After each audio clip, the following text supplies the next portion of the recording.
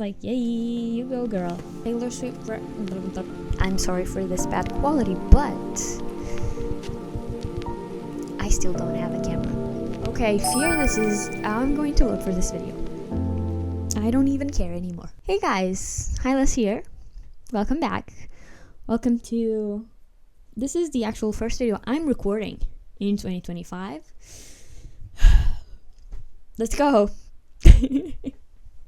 I think I've already talked about my goals, reading goals of the year. I made a few more journaling pages and everything 2025 that I'm going to be showing you in a video in the future that's going to be called something along the lines of winter reading diaries.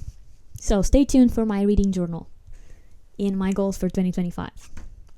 Now, as you've seen in the title, we're going to be talking about my most anticipated releases of 2025. This doesn't mean that I'm going to be reading all of them in 2025, because I also want to read other things other than new releases.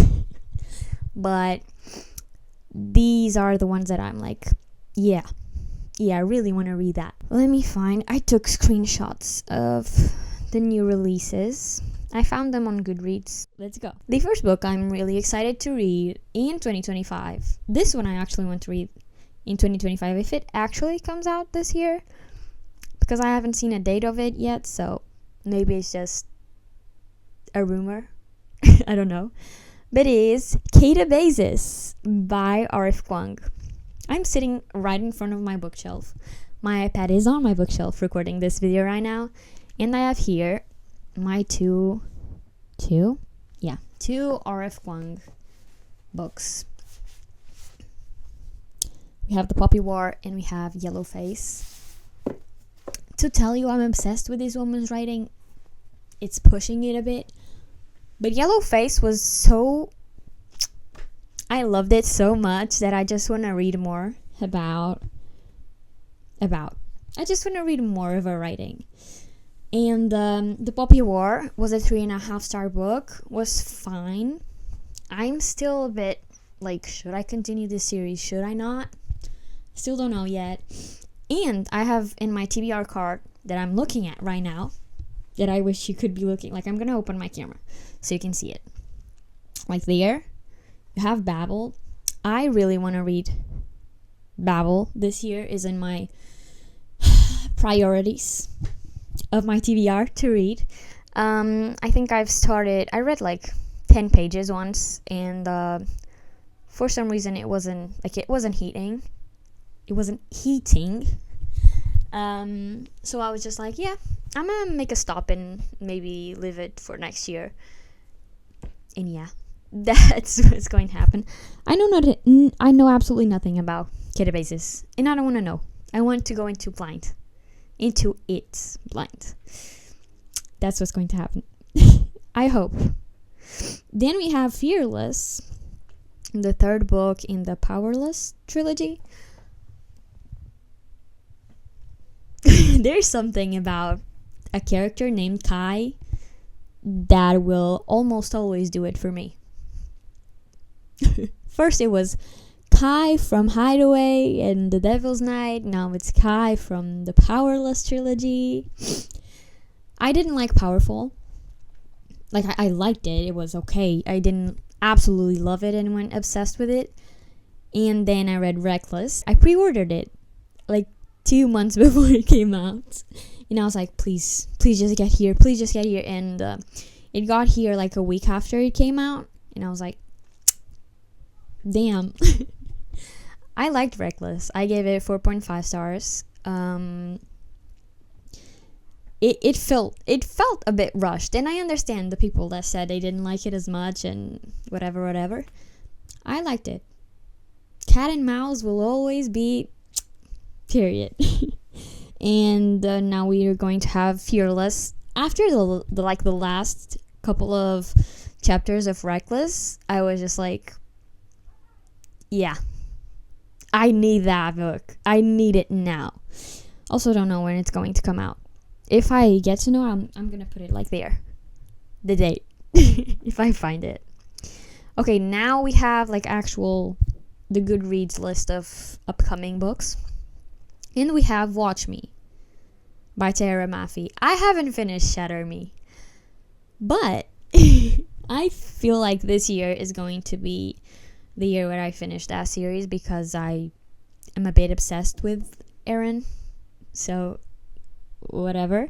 But yeah, knowing I put this book here, even though I haven't finished the series, because it comes out the day before my birthday, April 15th. My birthday is April 16th, so yeah. And I really like the color of this cover. That's the only reason why I put this book here, and I feel like you guys should also be excited for it. Okay, then we have They Bloom at Night. I had never heard about this author. I never heard anything about this book, but it seems so nice. Like, it's an hurricane, and then there's sea monsters, and oh, he's excited about that. Girl, you need to be excited about that. And it's also a queer romance. Imagine queer romance with a bit of folklore of Vietnam. Should I ask for more? No. It's amazing. So, They Bloom at Night, one of the books I'm really excited. It releases on March 4th. Okay, then this book comes out this month, and I've been looking at it on my Instagram reels. Like, I stopped going into TikTok. I was tired of it. I was like, no more TikTok for me. I haven't gone to TikTok for, oh my god, I haven't been on TikTok for about a month, and I feel completely fine. But I still see some Instagram reels, and the author of this book, I think it was from the author, or maybe it was just a fan, I don't know, where they were talking about like this specific cover. And yeah, I am judging books by their cover, and yeah, I'm going to read it because of this beautiful cover. Like, tell me, this is hard. This is hard. I'm Not Jessica Shan is a book about like a girl that she wants to be like someone else, and one day she wakes up trapped in that person's body. This is like I think the name in English is like Freaky Friday. Was it Freaky Friday? I don't know, but like the aesthetics of it, like the cover alone makes me want to read it. I'm like, yay, let's go. So yeah, I'm really excited for this one. Okay, then we have the Emily Henry release on April 22. It's called Great Big Beautiful Life. Basically, this is about two writers in a competition and fire. I only have read one Emily Henry book, and it was Funny Story that came out in 2024, I think. I hope. And I really liked it. It surprised me because I've been trying to find like romance books that I enjoy, and since everyone was like, yeah, Emily Henry, I was afraid that she would turn into some Colleen Hoover for me. Colleen Hoover was not a great experience for me. So when I got to read the Funny Story, I was surprised. Like, look at this. It has tabs and everything. I was like, yay, you go, girl. You go. Pretty exciting. One thing about Emily Henry is that she will always put writers writing. It's amazing. And I think that's it. I don't think I have much to say about these books. It's just like I'm excited. So, it's almost over. I don't have many books that I anticipate. Okay, then we have Say You'll Remember Me by Javi Jimenez. I never read Javi Jimenez, but it's the cover again. And also I've seen one booktuber reading this book, and she was talking so highly about it. I was like, I might have to read that. I think I have to read that. I know this is a Taylor Swift reference, the name of the book, but I'm not a big fan of Taylor Swift. Like, I listened to 3 songs of hers, and I don't know much about it. But it's a nice title. Like, if I saw it and I didn't know it was a Taylor Swift reference, I would still think it was cool. I usually, going into romance, I want to know the little, as little as possible. I don't want to know. I want to discover what you do there while I'm reading. But I just know this book is going to come out on April 1st, which is like the day you can lie. Is the only day you can lie. So, I'm pretty excited. Also, I don't know if I'm going to buy it physically or read it on my Kindle. Since I've never read a Abby Jimenez, maybe I'll try to read something first of hers. I don't think this is related to any of her other series, so I'll read something first, see how I like it, and then maybe I'll read it on my Kindle, and if I like it a lot, I'll buy it physically. Also, this year, I want to buy less books because, first, space. I'm going to buy another bookshelf, but like, girl. And I also want to get a camera, because you're seeing this video in this poor quality from my iPad. But yeah. So, spending less money in books, physically. But yeah, I fear this is my most anticipated read.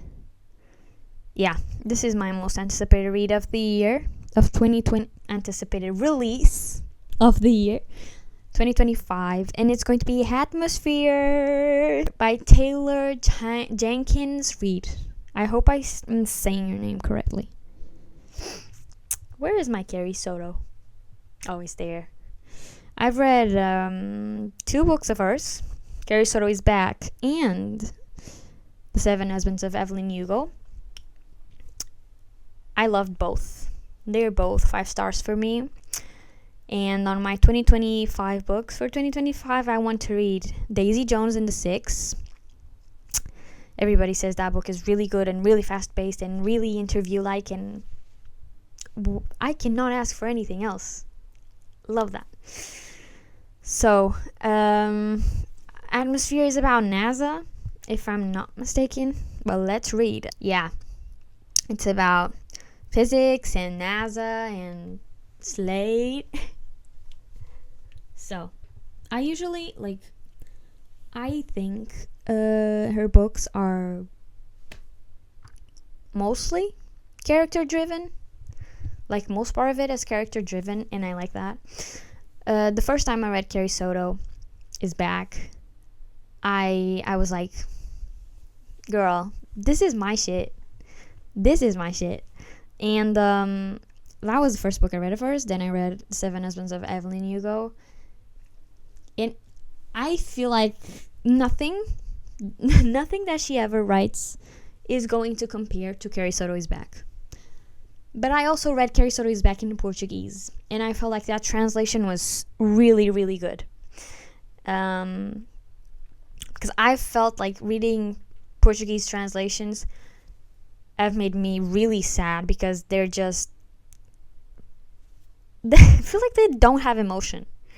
But Carrie Soto is Back is one of the few books I own in Portuguese, I've read in Portuguese, and I've loved the translation. So, what I'm hoping for Atmosphere, I'm going to read it in English, because for it to be translated, it will probably take a while. And I'm going to be too excited for it. So, but yeah. I feel like this physics things is going to... I hope she doesn't turn into an... Hallie Hazelwood of the thing. I don't know. The physics, the stamps, the things are a bit close, but I hope not. I didn't like Haley Hazelwood, and I've only read one of her books. Don't know if I should read more. Maybe you comment there if I should read more or not. And the last book I have here is My Friends by Frederick Backman. Okay, this one is going to release on May 20, and it's literally about friends. I have Beartown there on my TBR that you could see when I when I open my camera. I haven't read Frederick Backman yet. I have Bear Town here. I will read it for the winter reading diaries. Stay tuned for it. But if you put friends in a book, you know I'll be reading it. You just know if that it's there a group of friends, girl, I want to be there. I'm a sucker for friendship books. Keep them coming. And I think this one is like through 25 years. It's going to be, I fear in my head is going to be a bit of a mystery. You know? It's like you're going to want to know something that you don't. And you're going to be wanting to know it until the end. But yeah, I don't know his writing yet. And it's a translated writing. Let's see. I usually don't do well with translation. I don't know what's wrong with me. I do. See, sometimes I do. Like, Mieko Kawakami is my favorite writer.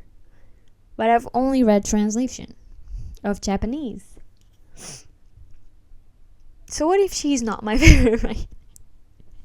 No, but the feeling is there. Like, I like the Mieko Kawakami translations.